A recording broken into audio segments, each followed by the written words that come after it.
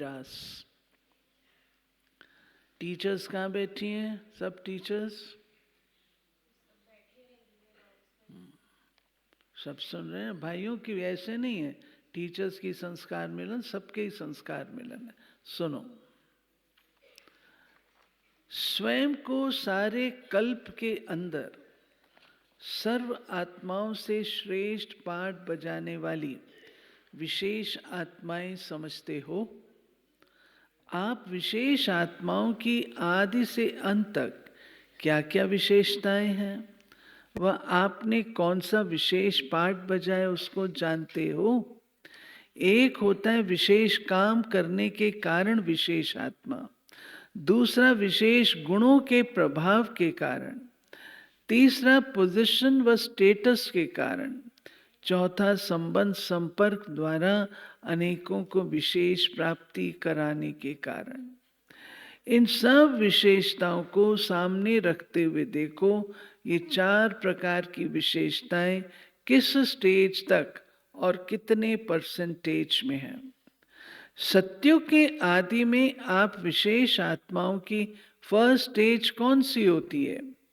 विशेषता आज के भक्त भी गाते रहते हैं, जिसमें संपन्न और संपूर्णता का गायन है। वो तो सबकी स्मृति में है ना। अब आगे चलो, सत्युग के बाद कहाँ आते हो? त्रेता। वहाँ की विशेषता क्या है? वहाँ की विशेषता भी इतनी ही प्रसिद्ध है जो आज के कलयुगी नेता उसी राज्य का स्वप्न देखते रहते, ऐसा होना चाहिए। कोई भी प्लान सोचते हैं तो भी आपकी सेकंड स्टेज को अति विशेष समझते हुए उसे सामने रखते हैं। और आगे चलो, त्रेता के बाद कहाँ आते? द्वापर। लेकिन द्वापर में भी कहाँ पहुँचे? द्वापर में भी राज्य सत्ता तो होती है ना।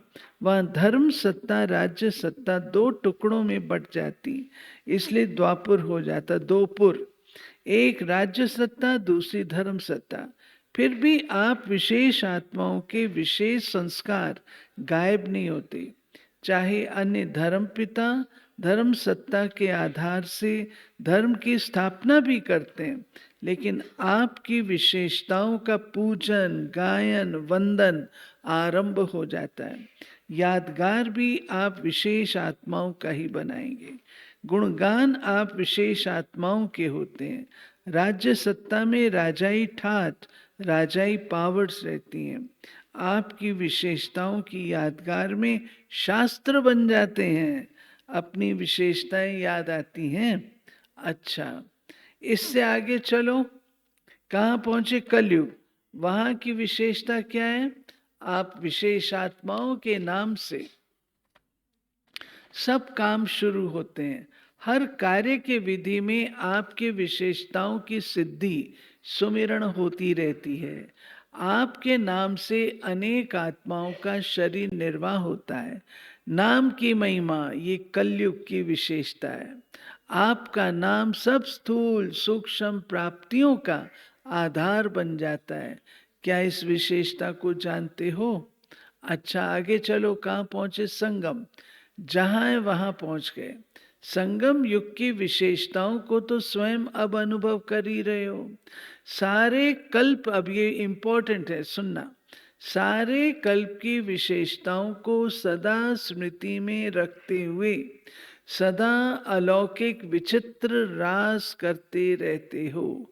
गोप गोपियों की रास तो प्रसिद्ध है, तो निरंतर रास करते हो अथवा प्रोग्राम से करते हो, ये है उल्लास का रास।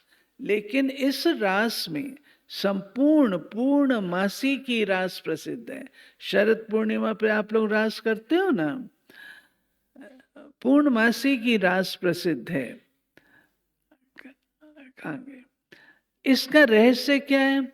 सुनो, पूर्णमासी अर्थात उसमें संपूर्णता की निशानी गाई हुई है। इस रास की विशेषताएं अब तक वर्णन करते रहते हैं। वो कौन सी विशेषताएं?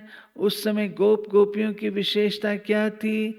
आपकी बातें है ना। मुख्य विशेषता क्या थी? तीन बातें सुनाओ। एक विशेषता, रात को दिन बनाया हुआ था। दिन अर्थात हर एक गोप गोपी के जीवन में सतो प्रधानता का सूर्य उदय था। तो हमें अपने सतो प्रधान संस्कारों को इमर्ज करना है।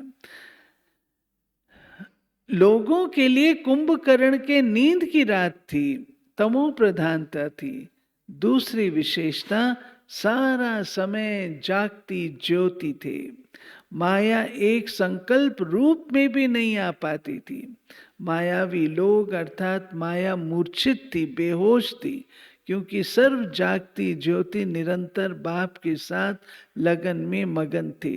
तीसरी विशेषता, सर्व का हाथ में हाथ मिला हुआ था, ताल से ताल मिला हुआ था, अर्थात संस्कार मिले हुए थे। स्नेह और सहयोग का संगठन था। रास में सर्कल अर्थात चक्र लगाते हैं ना, चक्र ये शक्ति स्वरूप प्रकृति और माया को घेराव डालने की व किले की निशानी है। ये है विशेषताएं, इसलिए इस रास का विशेष महत्व गाया है। ये हुआ संगम की विशेषताओं का गायन। तो ऐसी रास निरंतर होनी चाहिए। कितनी बार ये रास किए? अनेक बार किए हुए, तो भूल क्यों जाते हो? संस्कार मिलाना अर्थात ताल से ताल मिलाना। लेकिन जब ऐसी कोई परिस्थिति आती तो क्या कहते हो? उस समय भक्त अर्थात कमजोर बन जाते हो। संस्कार मिलाना पड़ेगा, मरना पड़ेगा, झुकना पड़ेगा, सुनना पड़ेगा और सहन करना पड़ेगा। ये कैसे होगा विपिन भाई, कैसे होगा? ये सब कुछ करना पड़ेगा पार्वती दीदी, ये सब कुछ करना पड़ेगा। संस्कार मिलाना पड़ेगा, मरना पड़ेगा, झुकना भी पड़ेगा, सुनना भी पड़ेगा, सहन भी करना पड़ेगा। ये सब कैसे होगा? ऐसे ऐसे कहने से भक्त बनते हो। इसलिए अब उस भक्तपन के अंश के वंश को खत्म करो, तब रास मंडल के अंदर पहुंच सकेंगे। नहीं तो देखने वाले बन जाएंगे। जो करने में वजह है वो देखने में नहीं। तो अपनी सर्व विशेषताएं सुनी ना, ऐसी सर्वश्रेष्ठ आत्माएं हो। अच्छा, ऐसे सर्वश्रेष्ठ आत्माओं के लिए बाप दादा को भी आना पड़ता है। ऐसी विशेष आत्माएं जो बाप दादा को मेहमान बनाने वाली, ऐसी महान आत्माएं जिन्हों का हर संकल्प अनेकों को महान बनाने वाला, ऐसे तकदीरवान जिनके मस्तक पर सदैव तकदीर का सितारा चमकता है, ऐसी पद्मा पदम भाग्यशाली आत्माओं प्रति बाप दादा का याद, प्यार और नमस्ते। पार्वती दीदी आओ, बिन्नी दीदी आओ, स्टेज पर आओ। ऐसे रास करने वाले तैयार हुए हैं। संस्कारों को का मिलना अर्थात रास से रास मिलना। रास में अगर कोई का हाथ ऊपर कोई का हाथ नीचे होगा तो रास में मजा नहीं आएगा। रास अर्थात राशि मिलना। जैसे कोई भी कनेक्शन जोड़ते हैं, मिलन करते हैं तो राशि मिलाते हैं ना। अगर राशि नहीं मिलती तो जोड़ी नहीं मिलाते। एक दो में राशि मिलना अर्थात स्वभाव, संस्कार, गुण और सेवा साथ साथ मिलने में दिखाई दे।